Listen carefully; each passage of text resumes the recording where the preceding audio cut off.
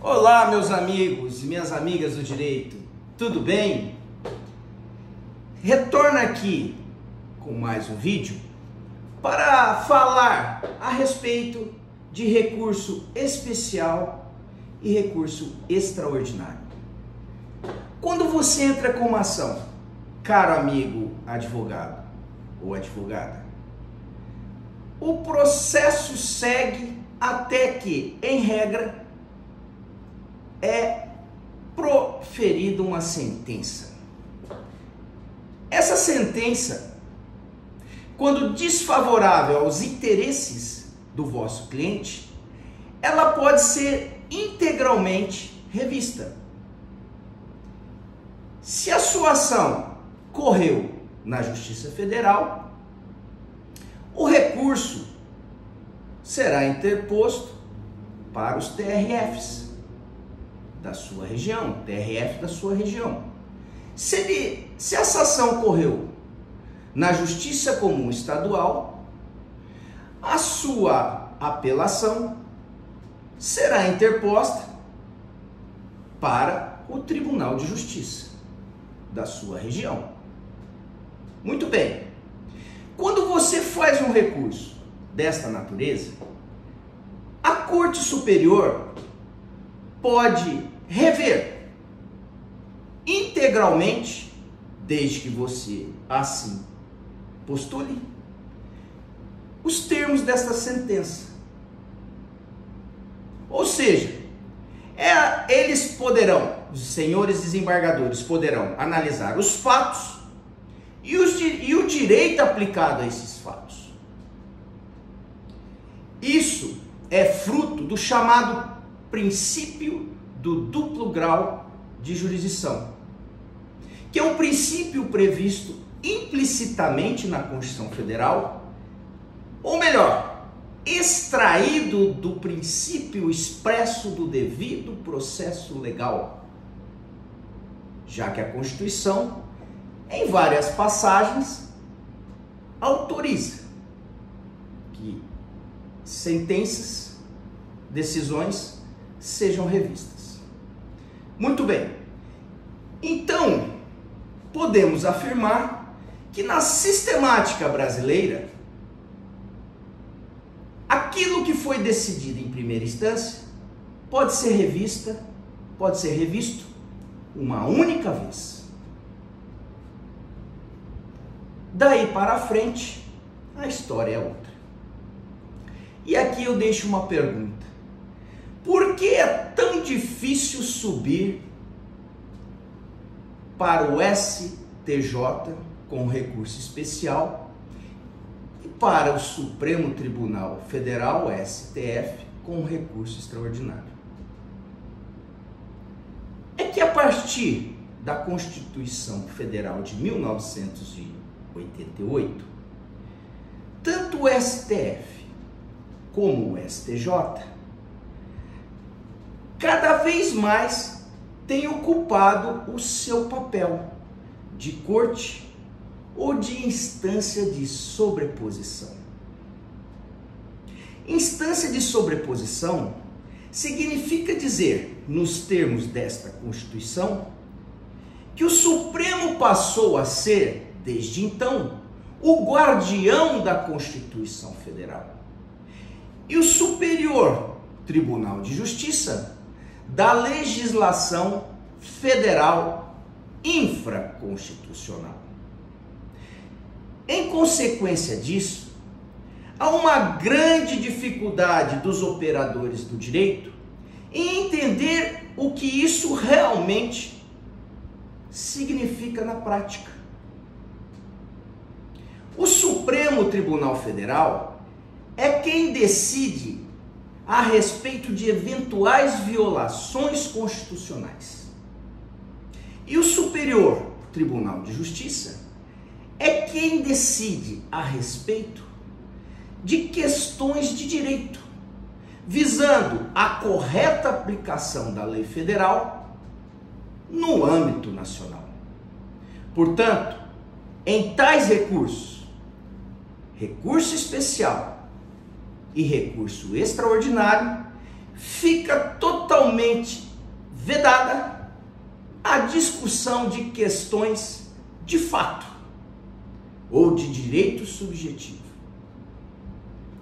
O objeto imediato do recurso especial é a correta interpretação de uma norma ou conjunto de normas jurídicas para solucionar, com isso, uma questão de direito. E o objeto do recurso extraordinário é a correta interpretação de uma norma ou conjunto de normas constitucionais, objetivando dissipar lesão ao texto da Carta Magna. Muito bem. No recurso especial, como no recurso extraordinário, o que está em jogo não é o direito subjetivo de um determinado jurisdicionado. Não. O que está sob análise é a rigidez de um sistema jurídico que deve ser interpretado e aplicado pelos tribunais nacionais de uma forma equânime, coesa e idêntica. Não pode haver a interpretação de um direito, da aplicação de uma norma federal de uma maneira num tribunal, de outra maneira no outro tribunal, de outra maneira no outro tribunal, porque isso geraria insegurança jurídica. Dependendo do estado em que você mora, seria a decisão num determinado sentido. É isso que o STJ visa impedir com o chamado recurso especial. E aqui eu cito 3 motivos ou causas pelas quais tais recursos são inadmitidos.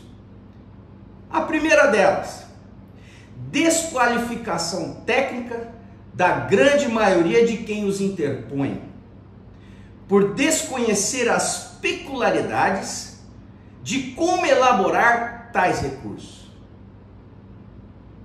O seu método de elaboração, há de se deixar bem claro, é totalmente diferente de uma apelação, de uns embargos de declaração, de um agravo de instrumento, etc. O segundo motivo, que enseja a dificuldade de que este recurso chegue até Brasília, é que com essa desqualificação aqui mencionada, envolve vários fatores, dentre os quais o desconhecimento da jurisprudência defensiva criada por esses próprios tribunais, exatamente para impedir a subida desses recursos. Por quê? Porque o Brasil, nosso país, é um país continental. Imagine se todas as ações pudessem ser desaguadas lá em Brasília.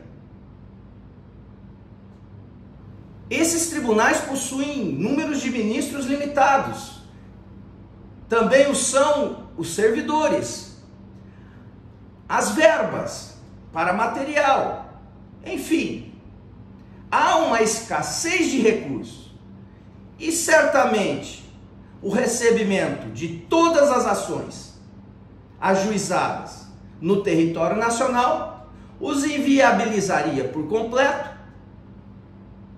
e também a própria justiça ficaria prejudicada. Posso dizer que também, como terceiro motivo da dificuldade, é que seria uma questão política dos tribunais de justiça e dos tribunais regionais federais, que não querem ver as suas teses modificadas, não querem que as suas decisões venham a ser revistas. Então, isso é muito importante que o advogado saiba para que possa trilhar o caminho correto e ter os seus recursos admitidos. Essa jurisprudência defensiva, muitas delas estão consubstanciadas em súmulas, que para o advogado tem que ser um mantra. Súmula 7. Não se analisa fatos. Tem que estar na cabeça.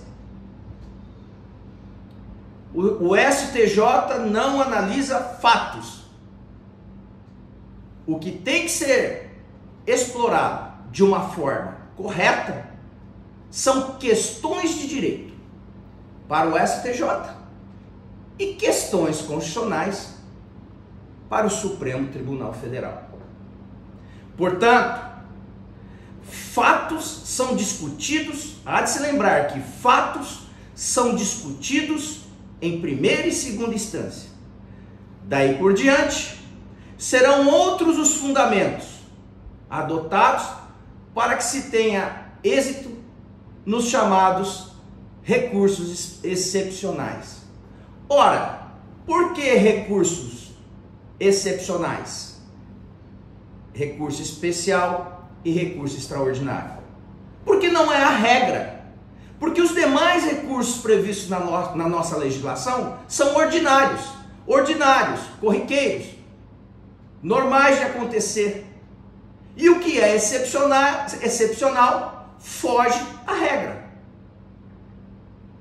Quando se falar em recurso especial ou se falar em recurso extraordinário, pode-se mencioná-los como recursos excepcionais, que todos aqueles que lidam no dia a dia com essa matéria entenderão perfeitamente do que se está a tratar. Termino este pequeno vídeo com uma historinha. Existia um homem que morava em um castelo. E esse castelo tinha uma torre, e nessa torre tinha um corvo. E este corvo estava incomodando este homem. Um dia ele decidiu matar este corvo. Foi lá com a sua espingarda, mas o corvo, muito inteligente, ao vê-lo, voou. E aguardou que ele fosse embora, e vendo-o indo embora, retornou para a torre. Posteriormente ele chamou um amigo e falou: estou com um problema lá na torre, aquele corvo eu preciso matar, aquele corvo eu preciso acabar com aquele corvo. Levou o amigo e o corvo viu os dois, percebeu que um se escondeu e o outro foi para a torre. Ele voou e também os dois homens não conseguiram o intento. No outro dia, o outro amigo chamou um amigo e aí foram em 3. E a mesma coisa aconteceu. No outro dia, o terceiro chamou o quarto. Quando um chegou na torre, 3 se esconderam, o corvo voou e também não conseguiram matá-lo. Porém, no último dia, foram cinco homens nessa empreitada. E o corvo, quando viu 4 deles se escondendo e um indo para a torre, voou. E quando percebeu que esses homens foram embora, ele voltou para a torre. Foi quando o homem que estava lá, escondido, deu um tiro e matou o corvo. Muito bem. Passarinhos só contam até 4. Se a passarinha estiver no ninho e tiver ali 5 ovos e você retirar um deles, ela não percebe e fica tranquila. Mas se tiver 4 e você tirar um, ela vai ficar louca. Pássaros só contam até 4. Então, metaforicamente, quando não se faz aquilo que tem que ser feito, quando não se conta como se deveria contar, o corvo pagou com a vida. Quando o médico não faz aquilo que é para ser feito, é limitado e só sabe contar até 4, o paciente paga com a vida. Quando o engenheiro age da mesma forma, a obra fica mal acabada, com vários problemas. E quando o advogado não faz aquilo que deveria fazer, o seu cliente paga com a liberdade e com o patrimônio. Por isso, senhores e senhoras, toda vez que for lidar com a elaboração de um recurso especial ou extraordinário, estudem bastante. Estudem bastante, porque tais recursos possuem peculiaridades que o advogado não pode desprezar. Se precisarem de algum auxílio, estou à disposição. Me chamem no direct e terei o maior prazer em auxiliá-los na confecção de um eventual recurso. Muito obrigado.